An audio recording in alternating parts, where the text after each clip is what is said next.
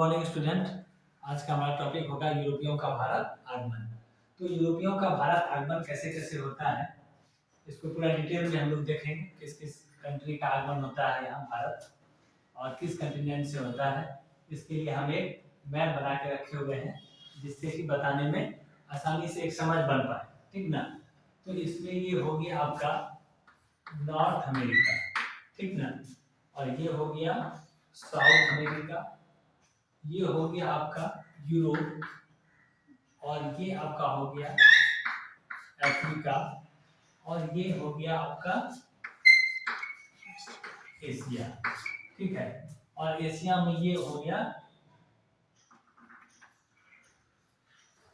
ये आपका उस समय का भारत हो गया, ठीक ना,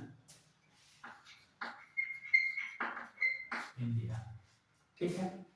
तो हम लोग को पढ़ना है ये इंडिया और यहाँ यूरोप। ये लोग कैसे बिजनेस के लिए, व्यापार के लिए यहाँ पहुँचता है और किस तरह से अपने साम्राज्य को धीरे धीरे अपना पाँव कैसे कैसे फैला देता है।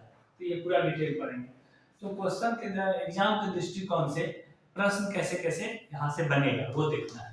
तो पहले तो क्रम पूछा जाता है। बेसिक क्वेश्चन हो गया कि यूरोपियों का जो आगमन हुआ भारत में वो पहले किसका हुआ, फिर किसका हुआ, ये क्रम हम लोग को जानना बहुत जरूरी है।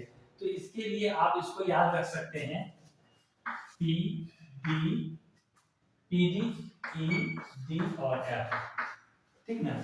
P D E D F, P for Portugal, D से डच, और ये इंग्लैंड, और ये हो गया डेनिश, और ये फ्रांस। तो पुर्तगाल पी से हो गया पुर्तगाल। अभी हम लोग पुर्तगाल को डिटेल पढ़ेंगे। इसके बाद दूसरा आने का क्रम हो गया डच का, और थर्ड में कौन आ रहा है, इंग्लैंड, जिसको ब्रिटिश भी बोलते हैं, और फोर्थ में आ रहा है आपका डेनिश,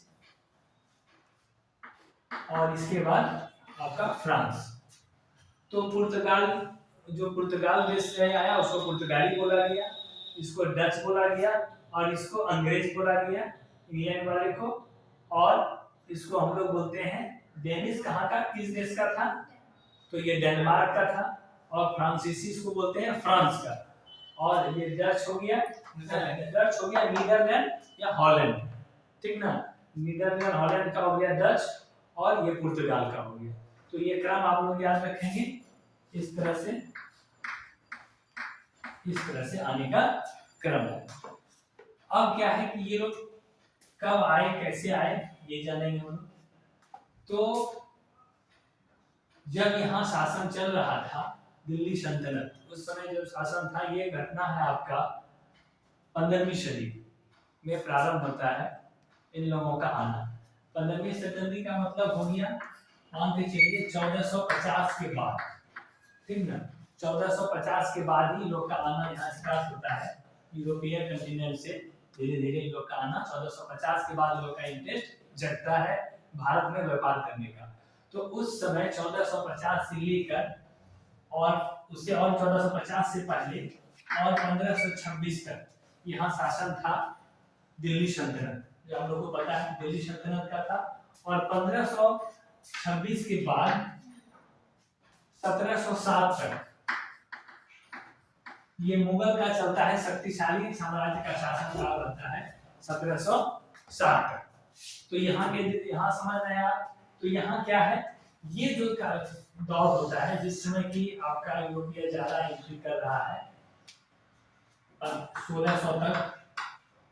तो इस समय कालखंड में क्या है कि यहाँ जो है शक्ति धीरे धीरे दिल्ली सल्तनत का कमजोर हो गया, और अलग अलग हिस्सों में भारत में शासन सत्ता जो है वह विभाजित है, ठीक है। और यहाँ जो है बाद में मुगल का आता है 1526 के बाद। तो मुगल के टाइम में क्या है, थोड़ा सा यहाँ अस्थिरता होता है, सत्ता का भी और आर्थिक दृष्टिकोण से भी सुदृढ़ कुछ होता है मुगल के टाइम में। और यहाँ क्या हो रहा होता है उस समय, यहाँ क्या है कि औद्योगिक क्रांति हो जाती है, और ये दौर यूरोपीय कंट्री के लिए, यूरोपीय कंटिनेंट के लिए, यूरोप का जो कंटिनेंट में जितने भी देश थे, ज्यादातर देशों में औद्योगिकरण का दौर चल रहा था, जिसे एक वर्ड बोला जाता है रिनेसां। इसे क्या बोला जाता है, निनेंसा।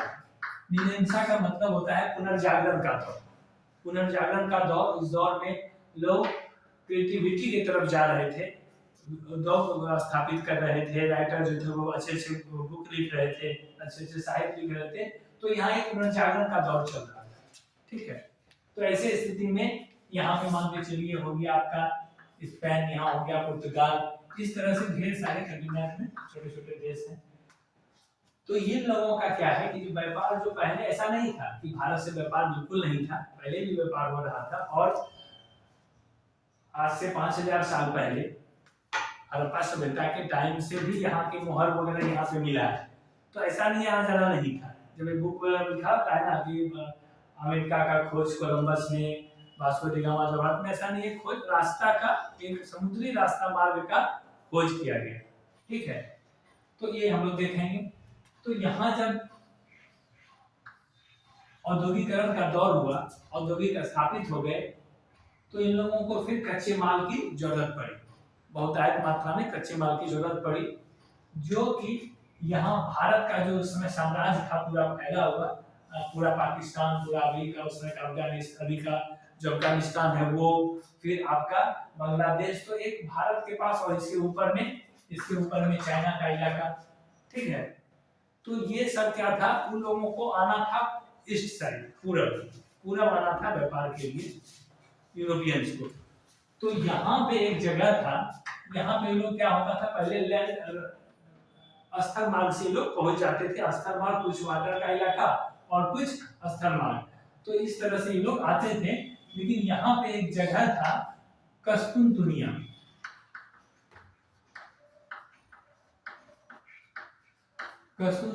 इस जगह पे 1453 ईस्वी में क्या होती है, एक लड़ाई हो जाती है अरबों और इन लोगों को, यूरोपियों के बीच, जिसमें अरबों का यहाँ पे कब्जा हो जाता है, अरबियों का कब्जा हो जाता है, और ये रास्ता बिल्कुल ब्लॉक सा हो जाता है। इसके बाद ये लोग फारस की खाड़ी होते हुए भी यहाँ से ऐसे ऐसे करके ये लोग कुछ समुद्री मार्ग और कुछ स्थल मार्ग को अपनाते हुए आते थे। तो ये रास्ता भी इन लोगों का, यहाँ पे वेनिस शहर वालों का धीरे धीरे कब्जा हो जाता है, तो ये रास्ता भी लोगों के लिए ब्लॉक सा ही हो जाता है। और अगर कुछ रहता भी है तो लोग इतना ज्यादा कर डिमांड करता है कि उसके प्रॉफिटेबल उसका बिजनेस रहेगा ही नहीं। तो ऐसे स्थिति में ये लोग क्या है, पुर्तगाल का राजा और स्पेन के जो राजा लोग थे, ये लोग मिल के जो है ये प्लान करते हैं कि यहाँ का जो व्यापारी था, ये लोग राजा को तैयार करता है कि हम लोग अगर नया मार्ग खोज लें तो हम लोगों का क्या होगा कि व्यापारिक दृष्टिकोण से हम लोगों का डेवलपमेंट होगा, और इस चीज के लिए वो अपने राजा को बना लेते हैं। इसके बाद स्पेन और पुर्तगाल दोनों मिलके एक बेड़ा भेजने के लिए तैयार होते हैं, जिसमें स्पेन से निकल के यहाँ आ जाता है।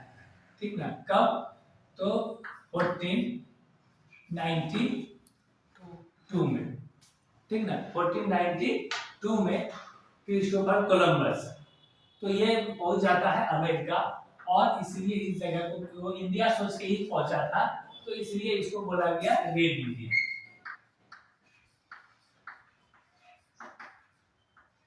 Red India. इसके बाद यहाँ पुर्तगाल से जो निकला, पुर्तगाल से निकल के यहाँ पहुंचा, ये अफ्रीका के पास आके रुक गया, और ये जगह है आसांत्री।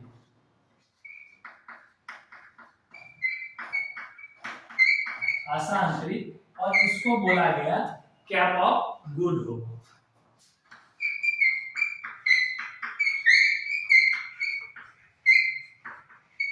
Cap of good hope. ठीक है, तो यहां से फिर जो है ये तो यहीं रुक गया, और ये व्यक्ति कौन था, इस व्यक्ति का नाम था बार्थोलोमोडिया।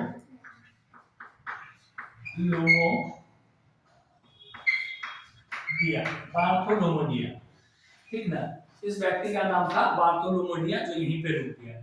इसके बाद फिर क्या होता है, एक दूसरा जत्था चलता है पुनः, और ये यहाँ से आगे निकल जाता है और यहाँ पहुंच जाता है इंडिया, कोचीन, केरल के कोचीन में पहुंचता है। कब, तो 1498। और इसी व्यक्ति का नाम है वास्को डी गामा।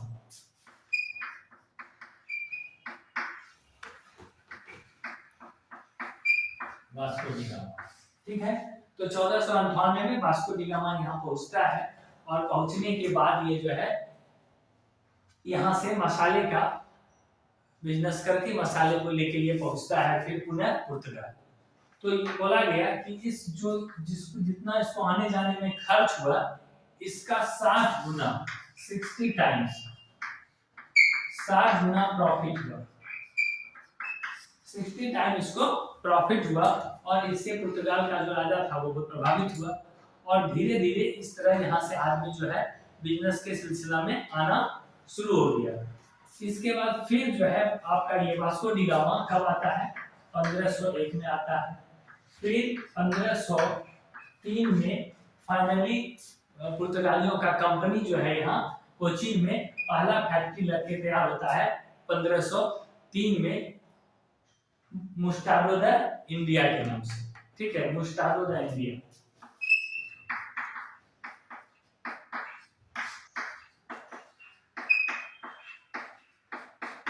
ठीक है, बाकी जितना भी कंपनी आया उसको जैसे ब्रिटिश से आया ब्रिटिश ईस्ट इंडिया कंपनी बोला गया, पुर्तगाल से आया पुर्तगाल ईस्ट इंडिया कंपनी बोला गया, डच या डच ईस्ट इंडिया कंपनी बोला गया। तो नाम वो भी बोला जाता है लेकिन उन लोगों का स्पेशली नाम उस समय जो 1503 में जो कंपनी लगाया कोठी लगाया उसका नाम वो लोग रखा था मुस्टाडो द इंडिया। बाद में इसको पुर्तगाली ईस्ट इंडिया कंपनी भी बोला जाने लगा, ठीक है। इसके बाद जब राजा को लगा कि नहीं अब बिजनेस को और अच्छे से कराना है, अच्छे ढंग से इस्टेब्लिश करना है, तब क्या हुआ 1505 ईस्वी में 1505 में वायसराय नियुक्त किया गया 3 वर्षों के लिए किसको? फ्रांसिस्को डी अल्मीडा को। Francisco de Almeida Francisco de Almeida को 1505 में नियुक्त किया गया वायसराय वहां के राजा के द्वारा, पुर्तगाल के राजा के द्वारा। और ये जो है धीरे धीरे अपना व्यापार जो है ये जितना समुद्री किनारा इलाका था गुजरात के, धीरे धीरे गुजरात के चारों तरफ ये जो अपना पोर्ट स्थापित करता चला गया। इसके बाद ये क्या किया, ये जो पानी वाला इलाका है यहाँ पे एक पॉलिसी लाया फ्रांसिस्को डी अल्मीडा जिसको ब्लू वाटर पॉलिसी बोला गया। क्या बोला गया? Blue water policy.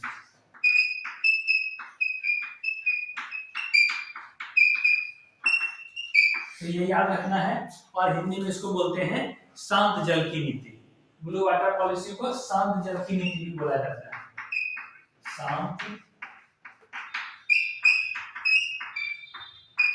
शांत जल की नीति।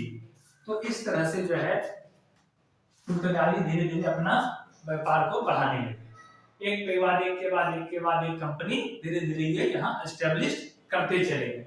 जिस समय ये आए तो ये किस बंदरगाह पे आए ये भी क्वेश्चन आता है, तो कालीकट बंदरगाह पे। कौन यहाँ शासक था? तो जमहूरियन शासक था भारत में। उस समय गुजरात में कौन शासन कर रहा था? जहाँ पे लोग आए तो जमहूरियन का शासन चल रहा था। 1505 ईस्वी में ये अपना पहला वायसराय नियुक्त किए फ्रांसिस्को डी अल्मीडा को। इसके बाद पुनः 1509 में नया वायसराय नियुक्त किया गया, किसको? अल्फांसो डी अल्बुकर्क को। 1509 में इसको मिटा देते हैं तब लिखने में ठीक होगा।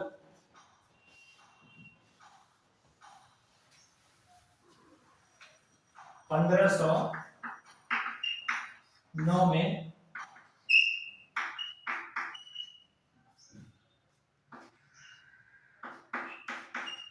अल्फांसो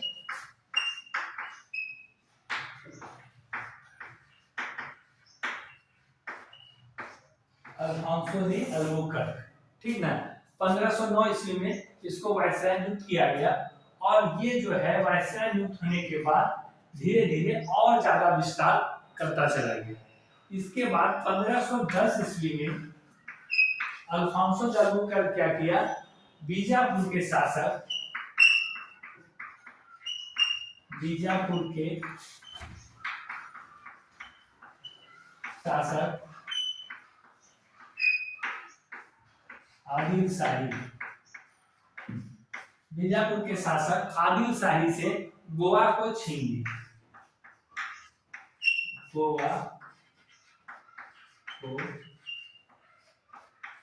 छीन लिया।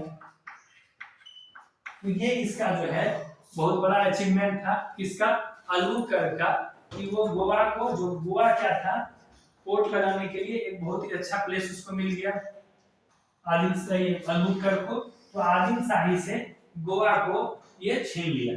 और कहा जाता है कि अलेक्जेंडर के बाद कोई यूरोपीय, दूसरा कोई यूरोपीय अगर जगह छीना भारत में आके तो वो गोवा ही था, ठीक ना। यूरोपियों के द्वारा किसी क्षेत्र पर अधिकार किया गया भारत में, तो अलेक्जेंडर के बाद पुर्तगाली द्वारा गोवा को अधिकृत किया गया, अधिकार क्षेत्र में ले लिया गया।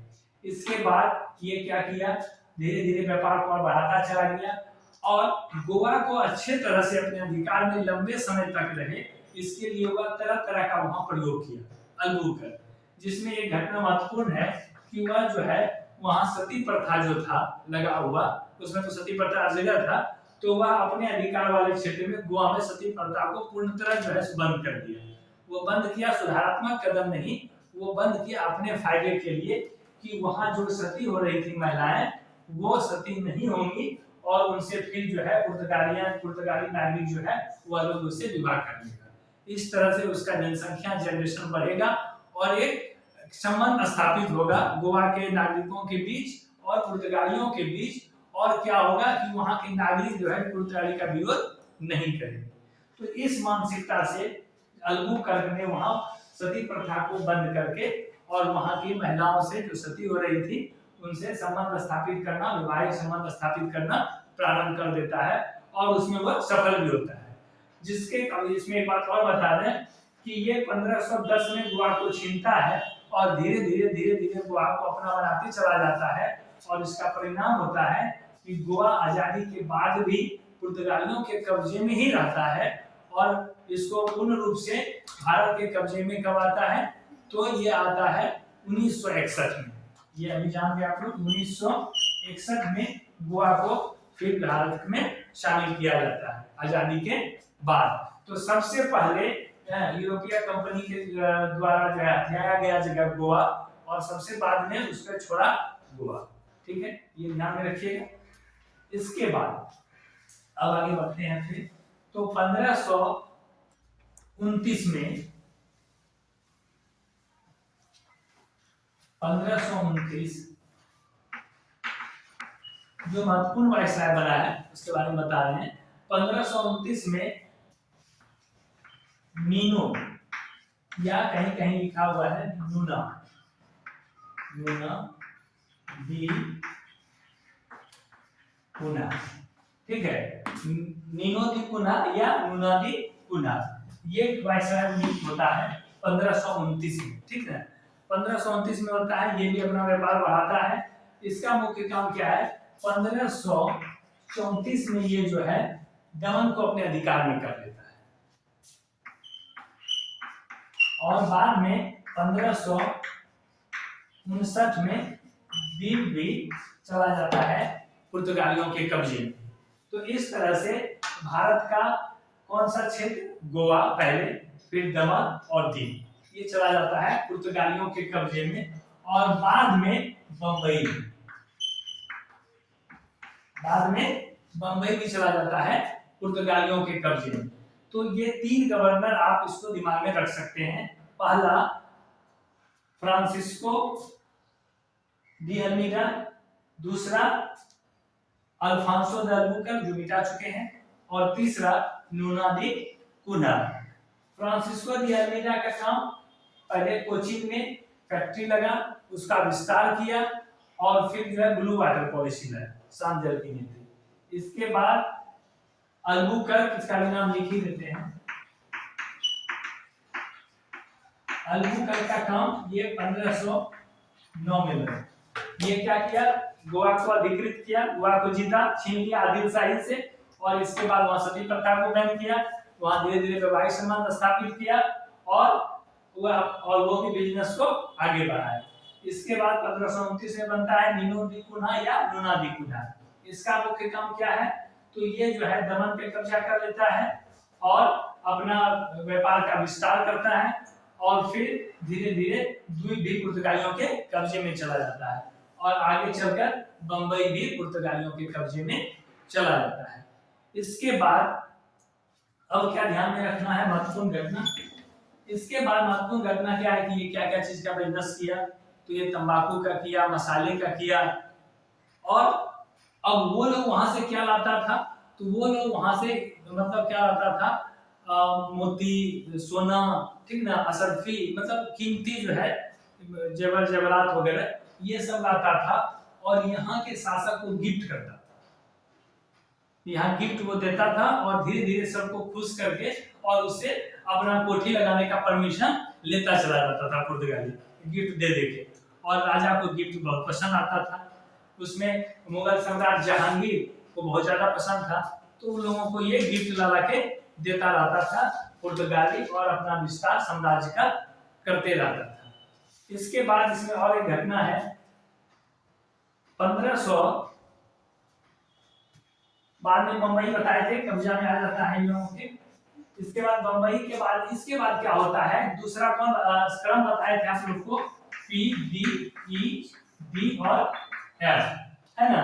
तो पुर्तगाली के बाद डच आना शुरू होता है और डच जब आना शुरू होता है तो डच क्या करता है, धीरे धीरे पुर्तगालियों के कब्जे वाली जगह पर ही कब्जा करता चला जाता है, ठीक ना। पुर्तगालियों के कब्जे वाली जगह पर ही कब्जा करता चला जाता है और डच के जस्ट एक दो साल के पीछे, ज्यादा नहीं, एंट्री हो जाता है इंग्लैंड का, ब्रिटिश का, अंग्रेज का आगमन हो जाता है। और अंग्रेज का आगमन हो जाता है, ब्रिटिश ईस्ट इंडिया कंपनी का स्थापना 1600 में हुआ, ठीक। इसके बाद उस अच्छे से परमिशन लेने के लिए रानी का आदेश पत्र लेके कौन यहाँ पहुंचता है, चार्ल्स प्रथम का आदेश पत्र लेके कंपनी बना, तो रानी एलिजाबेथ थी और बाद में चार्ल्स प्रथम हो गई, ठीक है।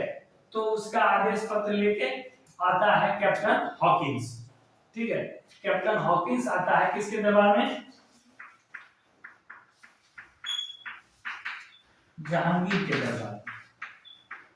तो अभी ब्रिटिशर्स के बारे में उतना सा ही बता रहे हैं जो पुर्तगाली से रिलेटेड है, उसका इंडिविजुअल नहीं बता रहे।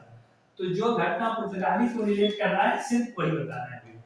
तो कैप्टन हॉकिंस जब जहांगीर के दरबार में जाता है कब, 1608 में, 1608 में पहुंचता है। और 1608 में पहुंचने के बाद वो क्या है, कैप्टन हॉकिंस जो है वह तुर्की जो है भाषा वो बहुत अच्छा बोलता है और इन लोगों का भाषा, जहांगीर का भी भाषा तुर्किश था। तो इससे बहुत प्रभावित होता है और साथ में बैठना उठना, उसका स्वागत ये करना।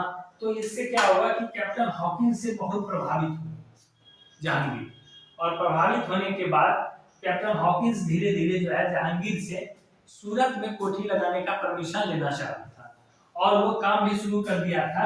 सूरत में अंग्रेजी कंपनी जो है सूरत में अपना कोठी लगाने का शुरुआत कर दी थी 1608 में, और इधर कैप्टन हॉकिंस धीरे धीरे उसको मना के आदेश लेना चाह रहा था, किससे, जहांगीर से। लेकिन ये जो पुर्तगाली है उसका देखा है 1503 में फैक्ट्री लगा, कोठी लगा, और इतने दिन में वो क्या है कि एक अपना अलग पहचान बना चुका था भारत में और भारतीय राजाओं शासकों के सामने कि वो परमिशन देने में इतने आसानी से तैयार नहीं हुए अंग्रेज को। और परमिशन देने के लिए जब तैयार नहीं हुए सूरत में कोठी लगाने का, क्योंकि उसका वीटो था पुर्तगाली का कि नहीं देना है, हम एक अधिकार है मेरा यहाँ के बिजनेस पे, कोई दूसरा बाहरी व्यक्ति आके यहाँ बिजनेस नहीं करेगा बिना मेरे परमिशन के, और ये परमिशन देता नहीं उसको। तो ऐसे स्थिति में कहा चला गया, कोठी के आधा अधूरा छोड़ के चला गया मद्रास में, मद्रास के मछलीपट्टनम में 1611 ईस्वी में, 1611 ईस्वी में एक कोठी बनाया मद्रास के मछलीपट्टनम में। इसके बाद फिर क्या किया, कैप्टन हॉकिंस तो चला गया लौट के, लेकिन अंग्रेजों का जो है इच्छा था सूरत में लगाने का 1612 ईस्वी में, 1612 ईस्वी में अंग्रेज से बर्दाश्त नहीं हुआ और एक लड़ाई हो गया स्वाली का युद्ध, जिसे स्वाली का युद्ध या स्वेली का युद्ध के नाम से भी जानते हैं। और इस युद्ध में स्वेली आपका गुजरात सूरत जो है, सूरत से 13 किलोमीटर दूर है स्वेली एक जगह है, वहीं पे ये युद्ध हुआ। और इसमें क्या हुआ, पुर्तगाली का बुरी तरह हार हो गया और अंग्रेज का जीत हो गया। और इस जीत में 4 पोत था अंग्रेज का, जिसमें से एक प्रमुख था जिसके वजह से ये जीत हुई, उसका नाम था रेड ड्रैगन। वो याद रखना है कि red dragon, red dragon, red dragon ship के वजह से अंग्रेजों की जीत हो गई और पुर्तगाली इस युद्ध को हार गया। जब ये हार गया तब जो है जहांगीर को लगा कि पुर्तगाली जो 100 साल से यहाँ शासन कर रहा है और उसको जो है सो हरा दिया अंग्रेज, इसका मतलब है कि अंग्रेज में कुछ बात है। और वो फिर आदेश में दे देते हैं अंग्रेज को कोठी लगाने के लिए और 1613 में सूरत में अंग्रेज की कोठी पूर्ण रूप से काम करना शुरू कर देती है। तो इस तरह से पहला झटका, बड़ा झटका पुर्तगाली को अंग्रेज के द्वारा लगता है। और धीरे धीरे और उधर से डच परेशान कर ही रहा था पुर्तगाली को। वो पुर्तगाल डच जो था वो अपना काम बना रहा था, ज्यादा पुर्तगाली वाले क्षेत्र को ही कब्जा कर रहा था चीन पे, और इधर अंग्रेज से भी बैर हो गया। तो दोनों तरफ से पुर्तगाली अपना जो है बिजनेस यहाँ समेटने लगा और इंडोनेशिया वगैरह की तरफ वो फोकस अपना बढ़ाने लगा। इसके बाद क्या हुआ कि आगे चलकर ये 3 तो उसके पास रह गया, दीव, दमन और गोवा। बंबई देखा कि यहाँ अंग्रेज का जो है बढ़ता जा रहा था एक्टिविटी, और उसको लगा कि ये भी मेरे हाथ से चला जाएगा, चाहे अंग्रेज छीन ले चाहे डच छीन ले।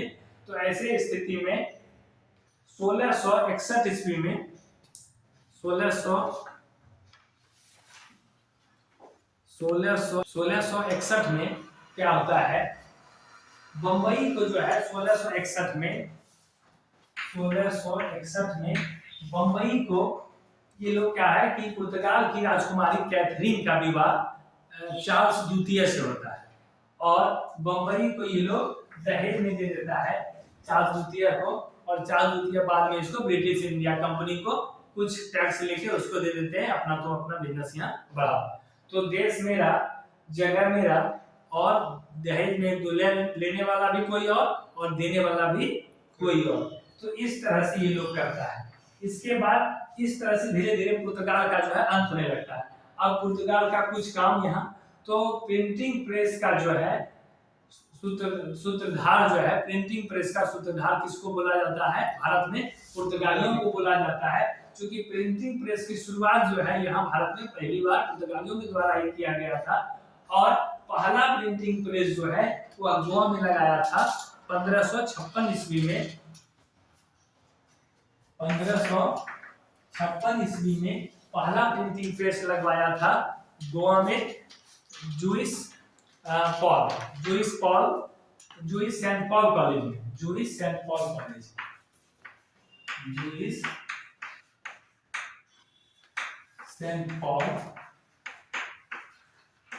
कॉलेज 1556। ठीक है, तो पहला प्रिंटिंग प्रेस जो है पुर्तगालियों द्वारा 1556 ईस्वी में जूइस सेंट पॉल कॉलेज में लगाया गया था। ठीक है, तो इसका ये सब मुख्य काम है, ये ध्यान में रखना है। इसके बाद बंबई को किस तरह से ये छोड़ दिया, बंबई लगा कि इसके हाथ से ऐसे भी निकल जाएगा, तो लास्टली दहेज में देके अपना पल्ला झाड़ लिया। तो 3 जगह उसके कब्जे में रह जाता है, दमन, दीव और गोवा। और धीरे धीरे इसका प्रभुत्व पुर्तगाली का यहाँ घटने लगता है और हाईलाइट होने लगता है अंग्रेज। तो अंग्रेज वाला टॉपिक में फिर इसको पढ़ाएंगे कि अंग्रेज किस तरह से आया, किस तरह से अपने साम्राज्य का यहाँ विस्तार किया। पुर्तगाली का हो गया समाप्त।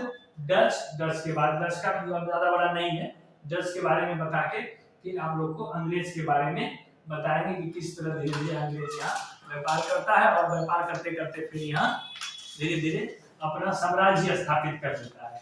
ये अंग्रेज वाले टॉपिक में पढ़ाएंगे। तो आज जो पढ़ा है आप लोग को एक बार रिवीजन कर लीजिए इसका। ठीक है, रिवीजन। तो क्या हुआ कि यूरोपियों में औद्योगिक क्रांति हुई और ये लोग बिजनेस के लिए एक नया रास्ता खोजे, क्योंकि ये रास्ता उसका बंद हो गया था, जो पुराना रास्ता था कस्तून दुनिया वाले युद्ध 1453 में जो हुआ उसके वजह से, और पारस की खाड़ी के आसपास जो है वेनिस वालों का कब्जा हो गया, तो ये भी ब्लॉक हो गया। तो वो लोग दूसरा एक नया मार्ग खोजा।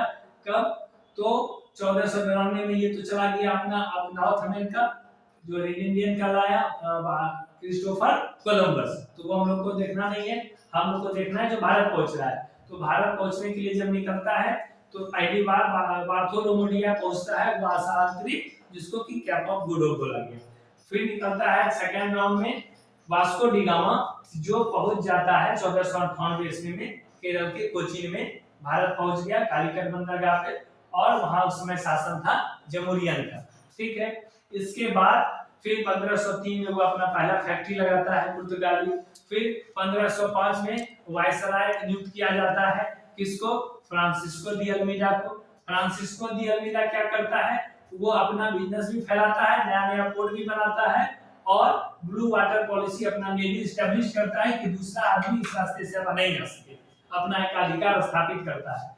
इसके बाद 1509 में फिर नया वायसराय नियुक्त होता है अल्बुकर्क, अल्फांसो दी अल्बुकर्क, और अल्बुकर्क क्या करता है? गोवा को छीन लेता है आदिलशाही से 1510 में, और फिर वहां वो धीरे धीरे अपना संबंध स्थापित करता है सती प्रथा को बंद करके, रोक लगा के। और इसके बाद फिर क्या करता है? बाद में फिर बन जाता है नूना दी कुन्हा या नीनो दी कुन्हा। नीनो दी कुन्हा क्या करता है? ये जो है दमन को अपने कब्जे में लेता है, बाद में द्वीप कब्जा में आता है और बंबई में आता है, और दूसरा काम क्या करता है? ये राजधानी बनाता है गोवा को, गोवा को अपना राजधानी बना देता है नीनो दी कुन्हा। तो वहीं से अपना फिर पूरा बिजनेस को देखता है गोवा को कैपिटल बना के। और गोवा फिर कब मुक्त होता है? तो आजादी के बाद 1961। तो ये पूरा स्टोरी था। और इसके बाद इसको खरीदता कौन है? तो हम लोग नहीं खरीद रहे हैं, उसको खरीद रहा है डच, और फिर बाद में ब्रिटिशर्स। तो बाद में अंग्रेज उसको फिर स्वाली वाला युद्ध से वो धीरे धीरे यहाँ से अपना जो है बोरियावस्था वो धीरे धीरे समेटने लगता है। तो इस तरह से किस तरह से अपना साम्राज्य का फैलाया अपने व्यापार को, और फिर किस तरह से धीरे धीरे इसका पतन होने लगा। और पतन होने के बाद उभर जाता है डच, और डच को भी राष्ट्रीय भागना पड़ता है इंग्लैंड से। और ये पुर्तगाली, डच, इंग्लैंड और डेनिश कोई खास वैसा नहीं था, डेनिश का कोई ऐसा एक्सेस नहीं रहा यहाँ। डेनिश आया और थोड़ा मोड़ा किया और देखा कि चार जो शक्तिशाली पहले से जगह रहे हैं, ये अपना पल्ला यहाँ नहीं ज्यादा फैलाया और ये यहाँ से हट गया खुद ब खुद डेनिश। तो मुख्य रूप से यहाँ जो शासन सत्ता रहा है किसका रहा? कौन व्यापारी दृष्टिकोण से है, और कौन लड़ाई झगड़ा यहाँ की किया, आपस में भी किया और हम लोग भी किए। तो ये इन्वॉल्वमेंट ज्यादा रहा पुर्तगाली का, डच का, इंग्लैंड का और फ्रांसीसी का। इसमें एक घटना और आप लोग को नहीं बताया हम कि पुर्तगाली जो है क्या करता है कि जब जो है दिल्ली सल्तनत में का समाप्ति हो जाता है और मुगल का राज आता है, और मुगल में बाबर धीरे धीरे कैसे मुगल को एस्टेब्लिश किया, और फिर बाबर के बाद उसका बेटा हुमायूं बनता है। हुमायूं जब बनता है तो वो जब जाता है गुजरात अभियान में बहादुर शाह के खिलाफ, तो बहादुर शाह और हुमायूं के बीच जब लड़ाई होती है तो बहादुर शाह पराजित होता है और वो भाग के चला जाता है पुर्तगालियों के शरण में, और पुर्तगाली उसको सपोर्ट करता है। लेकिन वो क्या है, हुमायूं के कब्जे में ज्यादा दिन तक नहीं रह सकता है।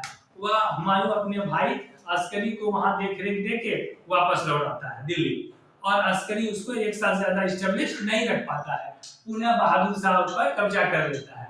और जब अस्करी वहां से चला जाता है और बहादुर शाह का कब्जा फिर से हो जाता है, तो वहां की जनता जो है वह पुर्तगालियों का विरोध करने लगती है, और उसमें क्या है, बहादुर शाह भी उसको दबाता नहीं है, उसको समझाता नहीं है, बल्कि उसी बात में वो समर्थन करने लगता है।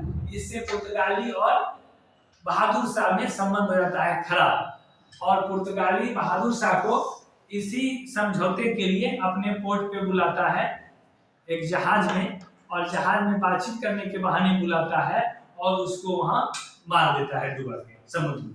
तो ये घटना है। इस तरह से पता चल गया आप लोग को कि गुजरात में धीरे धीरे पूरा वर्चस्व फैला लेता है पुर्तगाली, लेकिन धीरे धीरे डच और इंग्लैंड की वजह से उसको यहाँ से जाना पड़ जाता है। तो नेक्स्ट क्लास में हम लोग डच और इंग्लैंड पढ़ेंगे। धन्यवाद। और नेक्स्ट वीडियो आप लोग को मिले, जो ऑनलाइन मेरा क्लास को देख रहे हैं तो चैनल को शेयर और सब्सक्राइब करें, जो कि आने वाले वीडियो का नोटिफिकेशन आपको मिल सके।